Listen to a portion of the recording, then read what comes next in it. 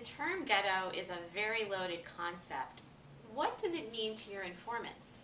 So the term ghetto, right, can be used in a really derogatory way. So it can be used to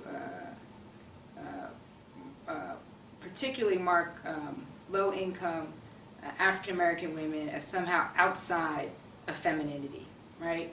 It can be used to describe a certain kind of moral orientation, right?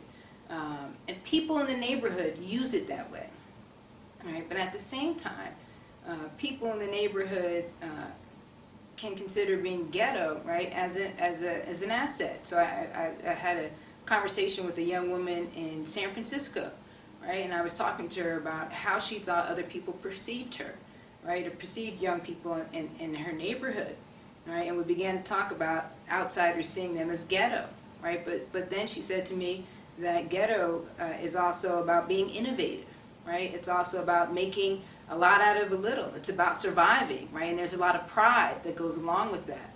Had a conversation with another group of women in the same neighborhood, and they had a similar story, right, and so I've come to think of some of the young women in these neighborhoods as ghetto survivors, right, because that theme of survival, right, cuts across those experiences, right, and so in some ways people themselves will use it to distance themselves from others whose behavior they are, you know, they see